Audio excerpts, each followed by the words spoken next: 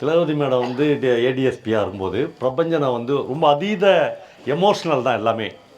இவரை மாதிரி ஒருத்தர் கஷ்டப்படக்கூடாதுன்னு அவங்க வந்து போரூருக்கே அவரை வர வச்சு ஒரு வீடு வாடகைக்கு எடுத்து கொடுத்து அவங்க ஒய்ஃப் எல்லாரையும் நல்லபடியாக வச்சுக்கினாங்க.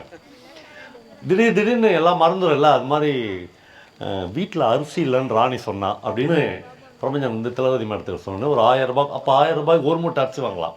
1000 ரூபாய் கொடுத்து அரிசி வாங்கிக்கிங்க சார் அப்படின்னாங்கன்னா, அடுத்த நாள் ராணி அக்கா ஃபோன் பண்ணாங்களாம்.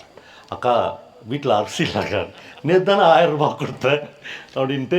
பிரபஞ்சன் சார் வந்தோடனே 1000 ரூபாய் கொடுத்தேன் என்னாச்சு அப்படின்னு. சார் வந்து எப்பயுமே ஒரு கதை சொல்லுவார்.